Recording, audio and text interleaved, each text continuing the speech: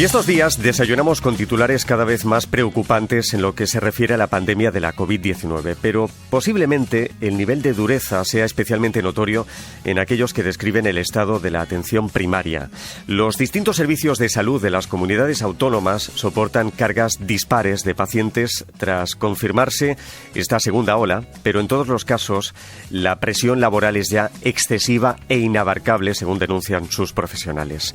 Los trabajadores ya advertían del deterioro de la atención primaria antes de la pandemia. Lo hicieron durante los momentos más difíciles del estado de alarma y ahora se manifiestan ante la confirmación de un nuevo colapso.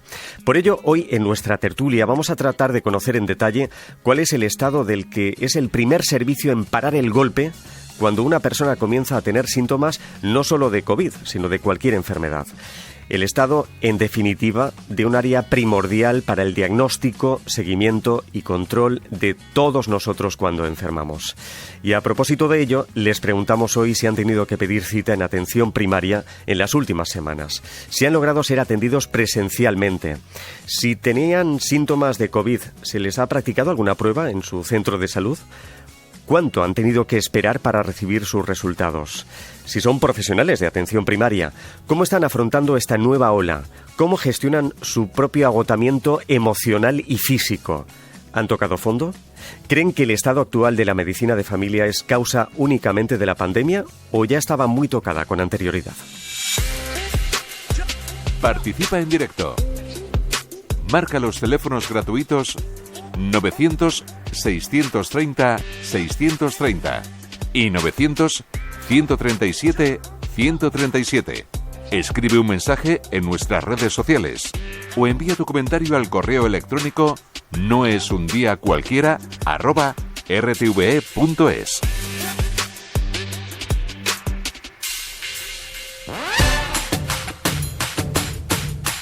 Bueno, y esta mañana vamos a conversar en primer lugar con el doctor Vicente Matas Aguilera, es vocal nacional de Atención Primaria Urbana y miembro de la Organización Médica Colegial. Doctor, buenos días. Buenos días. Bienvenido, muchas gracias. Bueno, comienzo preguntándole por la situación, si realmente es tan límite, si podemos hablar de colapso sin rodeos, doctor. Pues evidentemente en muchas comunidades autónomas, por desgracia, es un colapso lo que se está viviendo en los centros de salud, porque las cargas de trabajo están siendo inabarcables para los profesionales que están al frente de la atención sanitaria. Es un problema que lo has descrito muy bien en la presentación. Es un problema que veníamos denunciándolo desde hace mucho tiempo, pero que por desgracia no se nos ha hecho caso. Solamente una pincelada. Sí. Una pincelada para que todas las que quiera, hagáis una idea de cómo estaba primaria antes del COVID y dónde ha llegado el COVID. En el año 2009 se invertía, a mí me gusta hablar de inversión cuando hablamos de sanidad y sobre todo en atención primaria, se invertían 10.775 millones de euros en el año 2009. Y el último dato que nos ha dado el Ministerio del año 2018, se invirtieron 10.387, quiere decir 388 millones de euros menos 10 años después. Pues con esto hay poco más que decir de cómo estaba la atención primaria cuando ha llegado el COVID. Evidentemente, insuficiente presupuesto, insuficiente plantilla, menos médicos de familia de los necesarios, menos pediatras de los necesarios y menos enfermería y resto de profesionales, que todos son importantes, que los necesarios para hacer frente a la pandemia. Y la pandemia se tiene que solucionar y se tiene que evitar que siga expandiéndose desde atención primaria. Desde atención primaria sí, son importantísimos los hospitales. Antes de seguir avanzando, doctor, vamos a dar también la bienvenida a otro de nuestros invitados, el doctor José María Molero, portavoz de CSIT y secretario general de SIME, el Sindicato de Médicos y Facultativos de Madrid. Doctor, buenos días. Hola, buenos días. Y bienvenido, muchas gracias. Bueno, Madrid es con mucho la región que más preocupa en este momento. No sé si esta situación de colapso sucede solo en aquellas regiones más golpeadas por los rebrotes o ya es un rasgo que podemos atribuir a todo el territorio nacional. Bueno, lo ha dicho Vicente, al que saludo desde aquí, que es un problema generalizado. Es cierto que en función del momento epidemiológico, Madrid ahora está en la mayor intensidad de su brote epidemiológico, sí, se nota más, pero no olvidemos que la semana pasada los compañeros del País Vasco, lo han dicho también los compañeros de Valencia hace relativamente poco, Cataluña, es un mal generalizado porque, como se ha dicho muy bien, la atención primaria ha dejado de ser una atención importante en las agendas de los diferentes partidos políticos desde hace mucho tiempo. Realmente lo que estamos desde viendo hace ahora... mucho tiempo, pero Sí, ¿alguna sí. vez lo fue? ¿Alguna vez fue importante? Hubo, creo que... Bueno, yo solamente una nota, que la primera huelga Sí. a nivel nacional que se hizo precisamente con algo que Vicente conocerá muy bien, que es los famosos 10 minutos que pedimos para consulta, fue en el año 2006. Quiere decir que ya en el 2006 teníamos muchos problemas. Ya. Tiene razón que probablemente tras la implantación como modelo de la atención primaria, que fue en los años 80, a finales de los años 80, a partir de ahí sí que tuvo un momento, quizás eso de los 80, o sea, durante el 90 al 2000, y a partir de ahí yo creo que esos 20 años que le han seguido ha sido de cada vez más desinversión, fundamentalmente, y no es una crítica hacia los políticos ni hacia los compañeros de hospital, porque lo que más interesa, lo que parece que más importancia tiene de cara al concepto de curación de las enfermedades es la medicina de alta tecnología tecnificada de los hospitales, sin darnos cuenta que también la prevención y la promoción evita llegar a esa enfermedad. Y eso es lo que yo creo que se ha desatendido durante estos últimos 20 años, y de verdad que con tu apreciación podemos poner esa fecha, ¿no? Desde hace 20 años aquí no estamos haciendo demasiadas cosas por la atención primaria. Les digo ahora a los dos, la hemeroteca siempre es implacable, y si rastreamos noticias de hace apenas 4 meses, hay expertos que ya vaticinaban una situación de vuelta atrás, como la que estamos viviendo, incluso para julio o agosto. Y les pregunto, ¿se produjo una desescalada demasiado rápida? Bueno, en mi opinión, y yo lo he manifestado también en diferentes foros, también a través de Twitter comenté que la segunda quincena de julio íbamos a volver al brote, y creo que tampoco me he equivocado, pero precisamente por eso, ¿no? Porque la desescalada se hizo demasiado rápida, yo creo, y es así, hay que decirlo, por motivos a veces ajenos al criterio científico, y a partir de ahí era cuestión de tiempo. También vimos lo que estaba ocurriendo con la desescalada, cómo se estaban preparando las diferentes comunidades autónomas. Yo trabajo en Madrid, es un ejemplo claro de cómo no se deben hacer las cosas, pero también en otras comunidades no se han hecho las cosas bien. Y entonces sabías que era una cuestión de tiempo. Podría ser finales de julio, podría ser agosto, pero lo que estaba claro es que la segunda ola iba a llegar. Doctor Matas. Sí, pues le doy toda la razón a mi compañero, al que saludo desde aquí.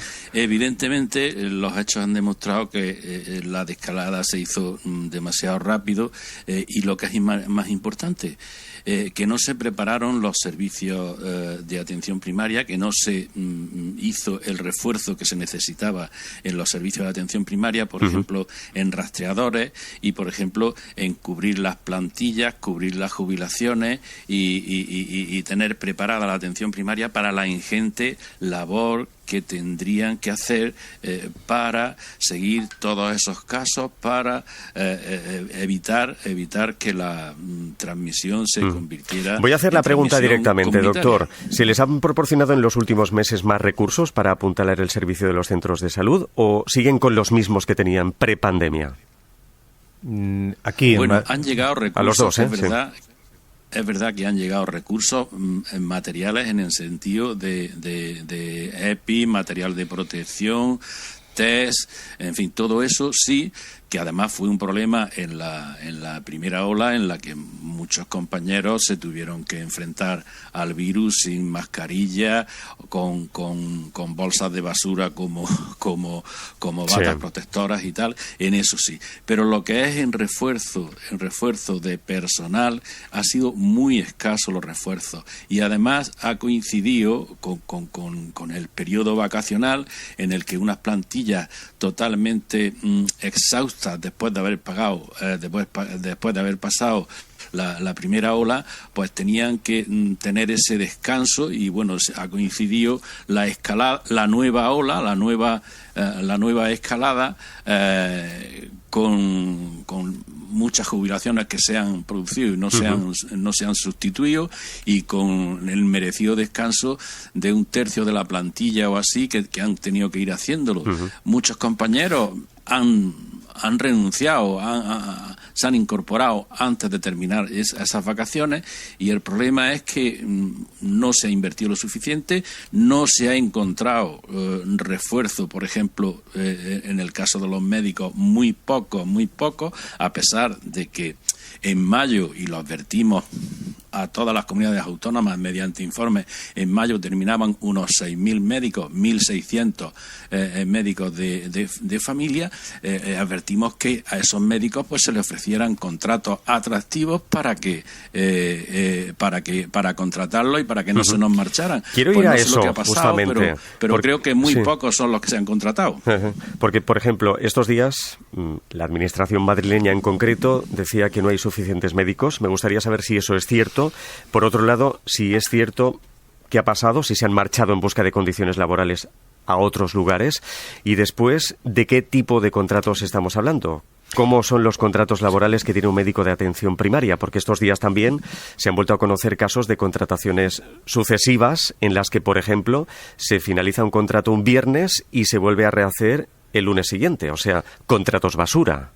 A ver, estoy mezclando varios temas, pero uniendo con lo de antes, claramente hay un factor que además es clave, y es que los escasísimos profesionales que se hayan podido contratar, lo que han venido es a reemplazar a los compañeros que están enfermos o que, sin estar enfermos, tienen que guardar alejados de la consulta porque tienen factores que le hacen imposible permanecer delante de un posible enfermo. Entonces, realmente no ha habido una ganancia de profesionales. Aquí en Madrid, y volviendo a lo que decías, a la pregunta que has hecho, ¿qué ha pasado? ¿Dónde tenemos el único apoyo? Porque es cierto que las bolsas de trabajo en Madrid en concreto y en muchas comunidades autónomas están agotadas por ese, y lo siento, pero es así, maltrato que se da a los profesionales que están trabajando, pero también a los que podrían entrar. Si yo no encuentro unas condiciones adecuadas, porque lo estoy viendo mientras estoy formándome la residencia en el centro de salud donde yo soy residente, no me hace muy atractivo. Han terminado. ¿Qué ha pasado en Madrid? De los 222 residentes que han terminado en Madrid, que se pueden haber quedado, no se ha quedado más que la tercera parte. El resto han preferido, evidentemente, irse a trabajar a otros ámbitos, por ejemplo, la urgencia hospitalaria, irse a trabajar a otras comunidades autónomas, aunque tampoco las condiciones sean más bollantes, pero sí mejores que en Madrid, y además irse fuera de España, como se ha demostrado que están aumentando el número de personas que se van. Entonces, las condiciones no son atractivas. Ahora mismo es imposible, y es verdad en parte lo que dicen, que si no tengo una bolsa de trabajo de profesionales y los profesionales que podían incrementarla han decidido irse a otros ámbitos, no tengo profesionales. Pero es que es una política que viene arrastrándose de tiempo. Los profesionales que han terminado este año en Madrid se les ha ofrecido un contrato hasta diciembre del año 2020. Es decir, 7 meses de trabajo, con condiciones además de no un centro concreto, sino una especie de posibilidad de rotar o de ser desplazado a cualquier centro en cualquier momento en función de las necesidades. Entonces, yo creo que ese tipo de contratos actualmente en la pandemia es insostenible, es insostenible siempre, pero más ahora, porque le estás pidiendo un esfuerzo añadido y además un riesgo para su salud, pero es que esto se viene haciendo desde hace mucho tiempo en la Comunidad de Madrid. Contratos temporales, hasta hace 2 años llevábamos 10 años sin hacer un contrato de interino en sanidad, en Madrid. Es decir, que la persona que terminaba estaba haciendo contratos un poco en la línea de lo que has dicho tú, contratos temporales que se renovaban cada 3 meses. Es cierto que contratos de lunes a viernes, porque los propios sindicatos, si lo detectamos, lo denunciamos y ya no se atreven a hacerlo, pero contratos temporales, de tener que renovar cada 3 meses, de tú no tener una estabilidad. Lo lógico es que ante una persona que le ofreces por una parte 3 meses u otra actividad que le ofrecen 2 años, pues que opte por los 2 años. Entonces yo creo que parece que no aprendemos y que todo lo que hemos visto que venía ocurriendo ahora en la pandemia se ha vuelto a repetir. Ofrecer un contrato de 7 meses con returnos, como yo llamo, y es verdad, pero esa es la expresión, pues ningún médico que termine se va a querer quedar en ese contrato. Doctor Matas, ¿quiere añadir algo sobre las contrataciones? Sí. Añadir que evidentemente el problema es que las plantillas de médicos en atención primaria eran totalmente insuficientes antes de la pandemia. Las plantillas estaban diseñadas de tal forma que cuando un médico falta por cualquier motivo, o por enfermedad, o por vacaciones, o porque va a un congreso, pues estaban diseñadas de tal forma de que se pudiera sustituir por otro médico que estuviera en la bolsa de desempleo. Esto viene de hace unos años, de hace bastantes años, en los que había 15 o 20.000 médicos parados en España para trabajar 1 o 2 meses al año. Eso es imposible de mantener, pero así estaban las plantillas. Hemos insistido por activa y por pasiva, que las plantillas tienen que ser lo suficientemente amplias como para poder soportar y suplir las ausencias normales de los profesionales, y más ahora efectivamente en la pandemia, que hay muchos compañeros o que bien directamente han estado enfermos y han estado de baja, o que son personal de riesgo y no pueden asumir todas las funciones. Era una cuestión de que la plantilla era muy escasa por una falta de inversión. Antes hemos hablado de los años 80, efectivamente, en los años 80 y posteriores se invertía del presupuesto sanitario nacional, se invertía más del 20% en atención primaria. Pues bueno, eso se ha ido bajando año a año, y ahora estamos escasamente en el 14 y algo por ciento, 14 y muy poco por ciento. Qué barbaridad. Así es imposible mantener una atención primaria fuerte y resolutiva.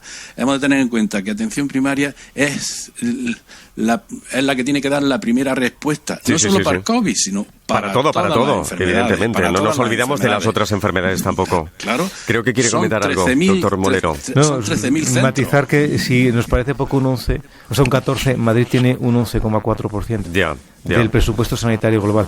Y Madrid, igual que en hospital, desde el año 2013 al 2018, ha subido, el porcentaje, ha subido 8 veces más que lo que ha subido primaria.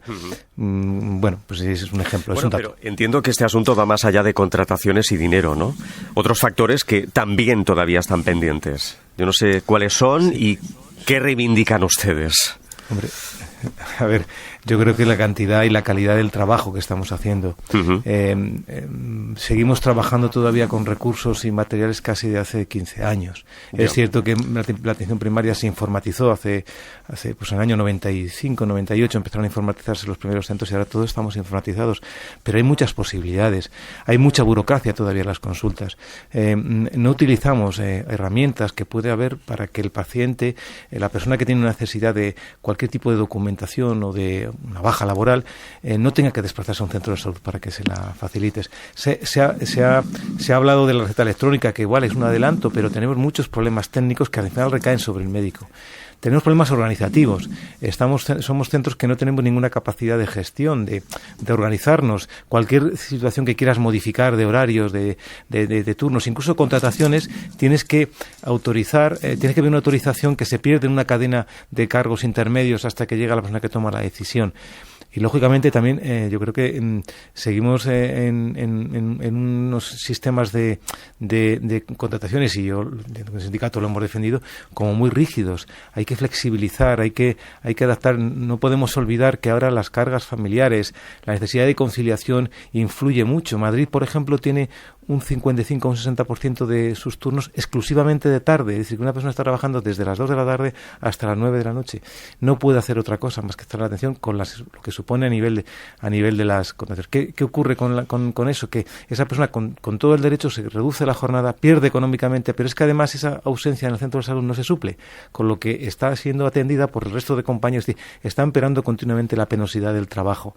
Y creo que todo ese tipo de cosas debería de avanzarse, lo que es organización, lo que es capacidad de mejorar las condiciones laborales y también profesionales. De verdad que es que eso no se ha hecho ni se intenta hacer. Cada gobierno que llega, aquí en Madrid ya tenemos experiencia, fuera también, llegan y dicen que va a ser la legislatura en la que van a apostar por la atención primaria. Es un discurso que llevamos escuchando mucho tiempo, luego no se traduce en nada. Y luego no se hace. Seguimos trabajando como hace 15 años. Les voy a dar un dato publicado hace un par de días. El coronavirus dispara un 26% la presión sobre la atención primaria en solo una semana en nuestro país. Eso da miedo, escucharlo. Si esto es un dato de 7 días, ¿qué cabe esperar en el corto y medio plazo? Bueno, yo espero que los picos vayan bajando. Ya he dicho, yo soy optimista, creo que en algunos sitios ya se ha tocado tope y está bajando. Está ocurriendo en Aragón, País Vasco, ahora Madrid, Rioja, Navarra, estamos en el límite. Desgraciadamente vendrán otras comunidades autónomas. Yo creo que bajará. Uh-huh. Si aquí tenemos un problema, y es que nosotros bajará, pero en este momento no lo podemos claro. asumir. Y tenemos un problema organizativo. Lo ha dicho antes Vicente. El hecho de no contratar rastreadores, por ejemplo, está suponiendo que la mayoría de nuestra actividad sea de un rastreador. Yo he puesto este asunto sobre la mesa a lo que me ha querido escuchar, a los gestores de Madrid. ¿cuántas posibilidades, qué bolsa de trabajo tengo para contratar un rastreador? Que no tiene que ser necesariamente un sanitario, o si lo es, no tiene que ser un sanitario que tenga unas determinadas condiciones para prestar atención directa, asistencial. Puede ser alguien que no pueda estar ahí. Puedo tener esa bolsa de trabajo. Lo que no puedo tener es una bolsa de trabajo de médicos y ya tampoco de enfermeras. Entonces, nuestra labor fundamentalmente es rastreo. Esa actividad que se dice que aumenta, en gran parte no es solamente asistencial de tener que atender al paciente porque se encuentra grave, clínicamente le tengo que explorar, le tengo que ver. No es tanta esa actividad. Es todo lo que deriva de la necesidad de hacer pruebas diagnósticas, la necesidad de controlar los contactos. Todo eso está recayendo sobre atención primaria en Madrid, pero también fuera de Madrid. Es decir, yo ahora mismo, y es verdad, mi agenda, y doy números, mi agenda el viernes fueron 58 personas. Estoy convencido que esas 58 personas que yo atendí, probablemente un 70% no los tendría que haber atendido yo. Con un buen equipo de rastreo hubiese evitado que yo estuviese empleando mi tiempo para llamar y decir, es usted negativo, tiene que quedarse en casa durante 10 días, que es ahora la cuarentena, y si tiene síntomas vuelva a se poner en contacto con nosotros.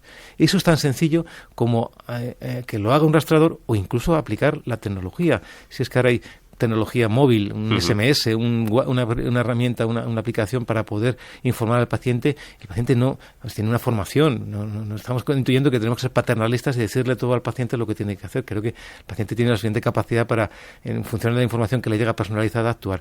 Bueno, pues esa es la realidad. O sea, el 26% va a suponer que patologías que tenemos que atender, patologías crónicas, no tanto la patología aguda que no sea COVID, porque sí que accede directamente a los centros. Si alguien tiene un dolor en el pecho, claro que va al centro de salud y se le va a atender inmediatamente, además de atender a las personas que vienen con COVID. Pero aquellos que necesitamos un control periódico de su insuficiencia cardíaca, de su diabetes, de su enfermedad pulmonar, todos esos pacientes se están demorando.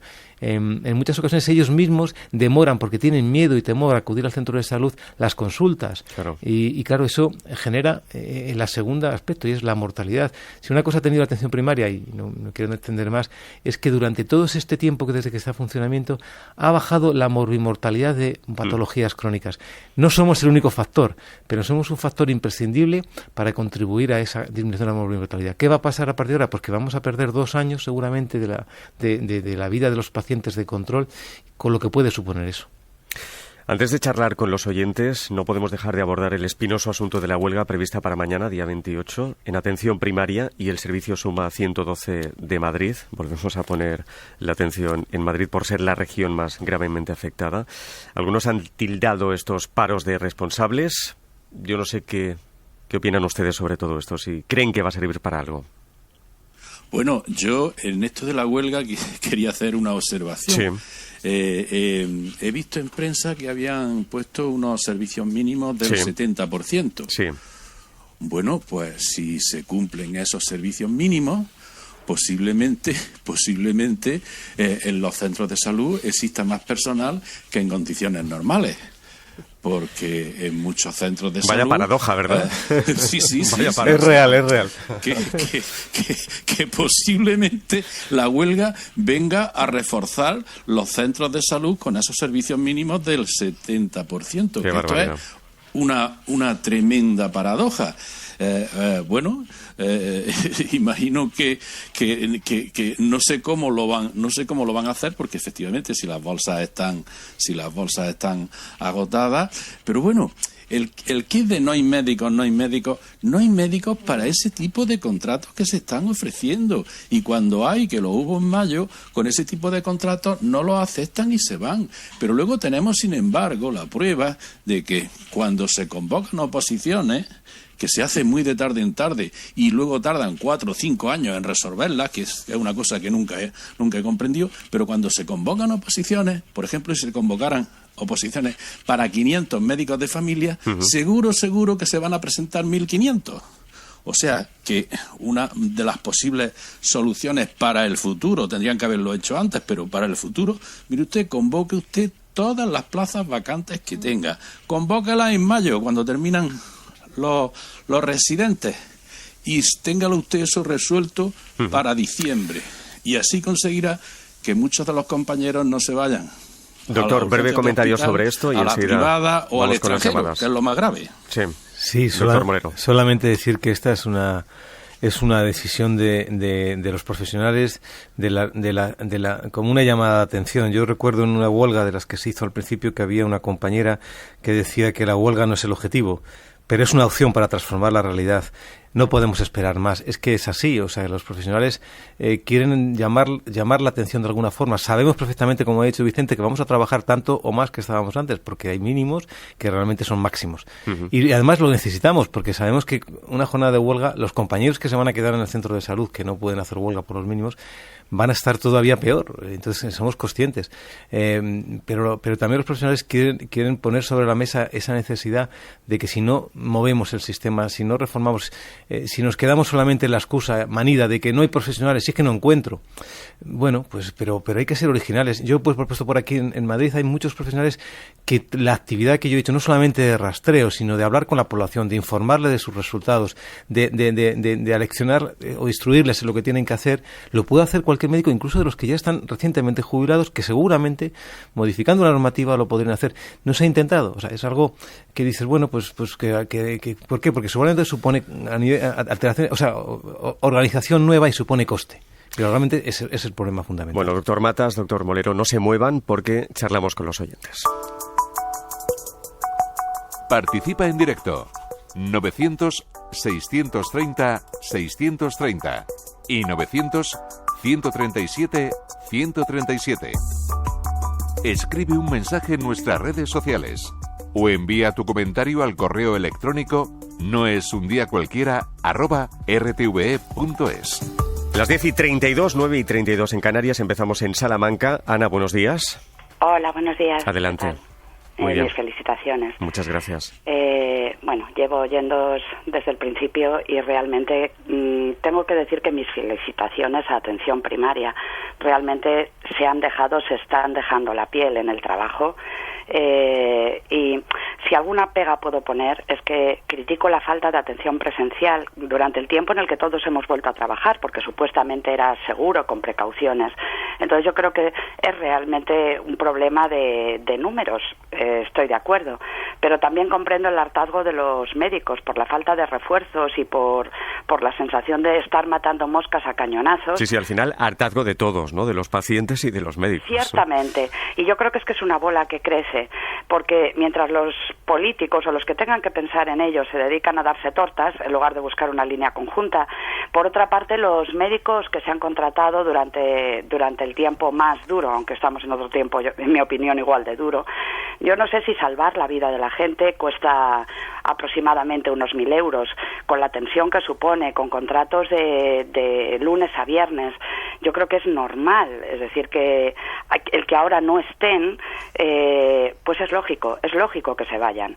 Y por otra parte, por eso digo, es una bola que crece. ¿Quién va a llamar cuando tienes que, un paciente, quiero decir, cuando tienes que confinarte, tardan 4 días en hacerte una PCR, una semana más en darte el resultado?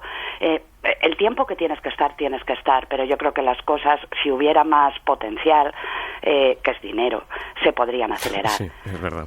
Ana, muchas gracias. De nada, un placer. Buenos días y hasta otra. Días. En Madrid, Isabel, buenos días. Buenos días. Adelante.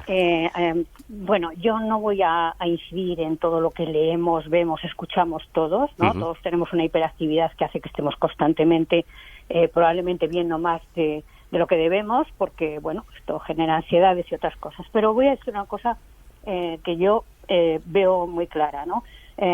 Por supuesto, voy a hablar defendiendo la sanidad pública como un pilar básico y fundamental en la sociedad española, desde luego. Uh-huh. Entonces, el propio modelo, el modelo de lo que define la atención primaria, que es la promoción y la prevención de la salud, hay que seguir haciéndola. Es evidente cuando vemos y criticamos esas cosas que vemos por la calle de gente que incumple y tal. Efectivamente, la formación de los ciudadanos también es algo que compete a la atención primaria y algo que hacemos y que hacemos muy bien, ¿no? Pero quiero decir que la sanidad española ha evolucionado como ha evolucionado la sociedad española, y la frecuentación de los pacientes en los centros de salud en 20 años ha cambiado muchísimo. Yo llevo 20 y tantos años como profesional en atención primaria, de tal forma que, bueno, habría que conocer los datos actuales, cuál es la frecuentación de cada centro de salud. Y digo cada centro de salud porque en Madrid hay unas diferencias, yo diría, salvajes, para que todo el mundo lo entienda, entre unos municipios y otros, en recursos, no en recursos humanos, sino en recursos, digamos, materiales, no de material sanitario tampoco, sino en los edificios. No sé si lo confirma el doctor Molero, lo que está comentando bueno, nuestro oyente. A nivel de centros de salud, es cierto que es una de las propuestas de ir mejorando centros, pero tenemos a compañeros y población atendida en verdaderos centros que no... Yo creo que no tendrían muchos de ellos, estarían en el límite de tener una habitabilidad, digamos, concedida. Efectivamente, los hay, efectivamente, que ni siquiera pasarían una licencia de habitabilidad, con humedades, ¡qué barbaridad! Con todo, ¿no? Teniendo que buscar dónde encajar el material para que no esté en condiciones que no son aceptables ni legales, en fin, bueno, es toda una historia y todo esto es muy importante. Es muy importante la dotación. Yo le voy a hablar de un municipio, Las Rozas de Madrid, que es el que mejor conozco porque llevo muchos años trabajando en él en primaria, pero he trabajado en otros que se los voy a ir poniendo como modelo para que la gente pueda ver y visitar. Pero rápido, Isabel. Sí. Bueno, Las Rozas de Madrid, por ejemplo, tiene 4 centros de salud. Hay 3 zonas bien diferenciadas con población suficiente para ocupar esos centros de salud en cada zona. Y hay un cuarto que fue un privilegio de la Comunidad de Madrid a una urbanización de lujo donde todo el mundo puede acceder a la privada. No digo que se vayan a la privada, todo lo contrario, porque efectivamente no se van. Vienen a la pública para lo que les interesa, analíticas, tal, que se les hace en un segundo, y no vienen para otras cosas menores, digamos, ¿no? Entonces, no me sirve tampoco cuando se dice que los médicos están sobresaturados y diezmados porque tienen entre 1.800 y 2.200 pacientes. Fíjate, ¿vale? Pero ¿cuál es la frecuentación? Si a usted le viene solo el 20% de la población, claro, aunque sea muy pesada y venga todos los días, a lo mejor usted se está haciendo una mala práctica, a lo mejor, en ese sentido, en el de la racionalización del tiempo y el recurso, ¿no? Por ejemplo. Entonces, esto significa que... y conclusión, Isabel, que tengo mucho oyente que quiere participar. Que cobran por ellos. Conclusión, yo quiero hacer una propuesta en positivo. Una, en ese centro que le digo, por ejemplo, Las Rozas de Madrid, que atienda a esa población tan acomodada, sería muy fácil montar un centro COVID y punto, porque los sanitarios tenemos acceso a las historias clínicas de todos los pacientes de todo Madrid. Luego, a mí, si estoy en otro de los otros, en uno de los otros centros, me pueden asignar pacientes sin mucha burocracia, se hace de forma electrónica, pacientes de ese centro que no van a atender en lo que a la esencia de la atención primaria significa y sus patologías. Pues ahí queda la idea. Y no montamos el número que tenemos montado en todos los centros y este criterio en la sanidad pública de que todos tenemos que hacer lo mismo en todos los sitios, de por aquí entran los que... Sí, bueno, hay que mirar las características de cada centro. Isabel, muchas gracias. Que es que no tengo más tiempo. Gracias, buenos días. Muchas gracias. Gracias, y hasta otra. Marina Cestao, buenos días. Hola, Carlas, buenos días. Mensajes en redes sociales y correos electrónicos. Bastantes. Por ejemplo, Merce Vidal dice que las condiciones no son atractivas, faltan medios y esto es insostenible. Dice que hace falta una profunda reflexión y falta también inversión, porque los profesionales sería bueno que al terminar se quedasen, pero ante lo que se les ofrece pues toman otra determinación y además que es muy lógica. Una médica desde Asturias dice que lleva 20 años trabajando en precariedad, que ha firmado contratos por días y por horas, carteleras que te dan mes a mes con más de 250 horas de trabajo, descansando solo un fin de semana al mes y sin derecho a vacaciones en verano o en los periodos vacacionales de los niños. Dice, la mayoría hemos huido porque es insoportable. Y Mario Suárez dice que la sanidad debería emplear el mismo sistema que la UME o el Cuerpo de Bomberos, es decir, tener profesionales para cuando se precise de ellos, porque solo así se evitarán los colapsos. Pilar Córdoba, buenos días. Hola, buenos días. Adelante. Pues muchas gracias por darnos la oportunidad de contar nuestros problemas. Yo hablo desde Córdoba y la atención primaria últimamente, la verdad que aquí deja mucho que desear, porque llamas por teléfono, que yo estoy de acuerdo con la atención telefónica, evitas que estar en contacto con otros pacientes y cosas que puedes resolver telefónicamente y no te tienes que desplazar. Pero yo concretamente tengo a mis padres muy mayores, con 90 y 82 años, y últimamente para que me dieran una cita para consultarle a la doctora un problema de mi padre que tiene Alzheimer, pues hemos estado 2 semanas. Y aparte, la doctora suya está de vacaciones, que lo veo muy bien, que tienen derecho a su descanso, pero la que nos atendió, ella dice que no sabía. Vamos a ver, ¿para qué está la historia ahora que está todo informatizado, no? Entonces yo estoy de acuerdo totalmente con la sanidad pública. Yo he trabajado muchos años en sanidad pública y tengo familiares, pero últimamente aquí la atención primaria, la verdad, está mal. Está mal. Cojea también, un poco, cojea. Sí. Y también el tema de mi familia no ha habido desde luego ningún, hasta ahora, nadie con COVID, pero cercanos a mí, concretamente una niña con síntomas con catarro y tal, claro, de momento fuera del cole, y su pediatra 8 días en ponerse en contacto con su madre. Una encuesta telefónica y según, es verdad, la niña no ha tenido fiebre, bueno, el lunes al colegio, nada más. Y otra cosa... Rápido. Sí, nada más, con esto termino. Que los profesionales sanitarios de la sanidad pública que vuelven de las vacaciones porque no se les hace una PCR. Pregunto. Sé de casos concretos y no se le han hecho y están en contacto con pacientes enfermos, claro. Sí, esa es una gran pregunta. Pilar, muchas gracias. A ustedes siempre. Buenos días. Adiós. Y hasta otra. Volvemos a Madrid. Julia, buenos días. Buenos días. Adelante. Vamos a ver, totalmente de acuerdo con el doctor, con el tema de los contratos, de que si le ofrecen a uno un contrato de 3 meses y a otro de 2 años, se van de 2 años. Pero es que esto es malo para ellos, por supuesto, pero también es malo para los pacientes. Yo vivo en Collado Villalba y ya llevo 4 médicos de atención primaria. Cambian que da gloria. Así no es posible que tú tengas confianza con tu médico ni tu médico contigo. En el sentido de conocerte, confianza en el sentido de conocerte. Antes de que pasaran todos estos recortes y toda esta situación, independientemente del COVID, independientemente de esto, antes tú entrabas por la puerta y tu médico sabía, al verte la cara ya sabía lo que te estaba pasando. Ahora es imposible, se tiene que mirar en el ordenador toda tu historia.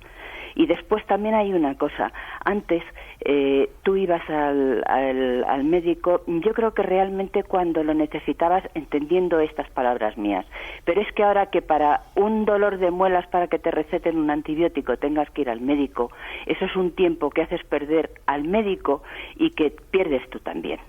Esto es otro tema, ¿eh? No sé si abusamos demasiado de los centros de atención primaria muchas veces. Sí, pero es que claro, si a mí me duele la muela y me voy al dentista y me manda un antibiótico, tengo que ir al médico de atención primaria con todo lo que esto supone. Sí.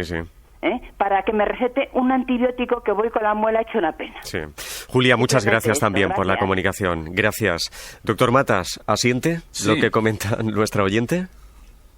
Sí. Le estamos dando vueltas a lo mismo. Efectivamente, la relación médico-paciente en atención primaria y la continuidad del médico en una plaza, en un cupo, como queramos llamarle, es fundamental. Y eso se consigue, como he explicado antes, haciendo oposiciones de manera rápida para que no existan ese volumen tan grande que hay de médicos temporales. En la encuesta que hicimos a finales de año, pues el 37% de los médicos eran temporales en España. Eso es una barbaridad. Sí. Eso es una barbaridad porque tendría que estar en torno al 5, al 7 o al 8% como mucho para cubrir las pequeñas, para cubrir pequeños huecos. Eso es una barbaridad. Y la oyente que ha estado diciendo de los centros, efectivamente, en España hay 13.000 o más de 13.000 centros y hay muchos en condiciones muy penosas. No es cuestión de Madrid, por desgracia es generalizado. Y otra cuestión que ahí tienen razón los pacientes, otra cuestión es que las líneas telefónicas se han colapsado en casi todos los centros, por no decir en todos. Deben incrementar las líneas telefónicas porque se han colapsado al ser prácticamente al ser las mismas líneas telefónicas por donde entran las llamadas y por donde los médicos están llamando a sus pacientes en esas consultas telefónicas. Hay tanto que mejorar, claro, muy importantes, pero que la consulta telefónica, si es una cuestión que se puede solucionar con el teléfono, se soluciona, y si no, el médico la cita a la persona en un momento dado para que no se provoquen acumulaciones en el centro de salud, y hay y le citan una consulta presencial, o bien acude a su domicilio si es imprescindible acudir al domicilio. Doctor, líneas telefónicas es lo que hacían falta. Le tengo que despedir ya. Doctor Vicente Matas, vocal nacional de Atención Primaria Urbana y miembro de la Organización Médica Colegial, muchas gracias por estar con nosotros esta mañana. Muchísimas gracias a vosotros por ocuparos de este tema que es fundamental. Y lo volveremos a hacer, no se preocupe, que le volveremos a llamar. Y que esperamos que se solucione. Claro que sí, muchas gracias. Buenos días. Marina Cestao, más comentarios en redes sociales. Sí, Ana, por ejemplo, nos cuenta que en su caso, desde que comenzó la pandemia, es cierto que el médico de familia no te ve, sino que las consultas son telefónicas y tardan, dice, una media de 6-7 días para que te den cita, cuando antes era solo 2 o 3. Pero dice que lo que más le preocupa es la falta de seguimiento que hay en Madrid. Ana María Castro